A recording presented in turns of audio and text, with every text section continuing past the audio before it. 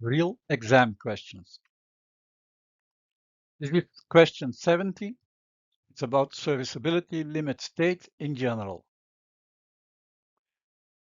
What are the basic assumptions in the design of a reinforced concrete cross-section in serviceability limit state? Concrete and steel have an elastic behavior. It means that the stress is equal to the strain times the modulus of elasticity. For the concrete, in the y-axis, you have the steel stress, x-axis, the strain of the steel. The maximum in serviceability limit state is 0.8 times the FA characteristics, Fy characteristics. The angle is, the tangents of this angle is equal to the modulus of elasticity, which is 200,000 megapascal. And sigma is equal to epsilon s times Es. For the concrete, it is the same. The tangents of this angle is equal to the modulus of elasticity of the concrete. The modulus of elasticity of the steel is 200,000 for the steel in compression and for the steel in tension. So it means that for our stress strain diagram for the compression values, it's the same as for the tensile values. Concrete is cracked when the tensile acting stress is greater than the average tensile resisting stress. It means that concrete is cracked when the mean tensile stress in resistance of the concrete is smaller than the acting tensile stress. When the concrete is cracked, it cannot resist tensile stresses. When you look at the strain diagram, then you will see that for the compression, we got the strain in the concrete, and the strain in the concrete in the tension zone is not there when sigma CT is bigger than FCTM. Then you got the total compression force.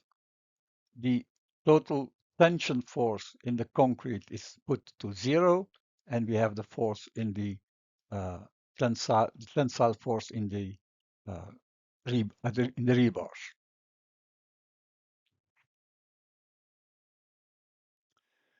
Bernoulli's hypothesis is valid. It means that the plane section before loading is also a plane section after loading. This assumption means that strain at any point on the cross section is directly proportional to its distance from the neutral axis. It is the strain diagram is linear. So when we got this before loading and the blue line after loading, there is a perfect bond between concrete and steel. So this is not loaded. This is the strain, looking at the strain, not loaded. So the concrete is there and the steel is there. Then you load by bending moment. You have this plane that is going under an angle alpha, but at this point here, or at this point, epsilon C equals epsilon S. So the strain in the steel is the same as the strain in the concrete. This means that when you have the formulas for elasticity, which is the stress in the steel is equal to the strain in the steel times the modulus of elasticity. We do the same for the concrete.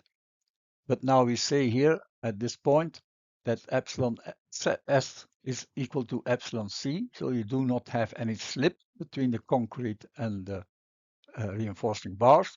So then we can write this equation as this, which means that sigma S is Es divided by Ec times sigma C, or Es over Ec is the coefficient alpha at this location. Load in the vertical plane of symmetry of the section. So this is for a normal force. It acts in the center of the section, in the point of gravity of the section. The bending moment is like this. The torsional bending moment is in the plane of the section, and the shear force or vertical force is also acting in the vertical plane of symmetry.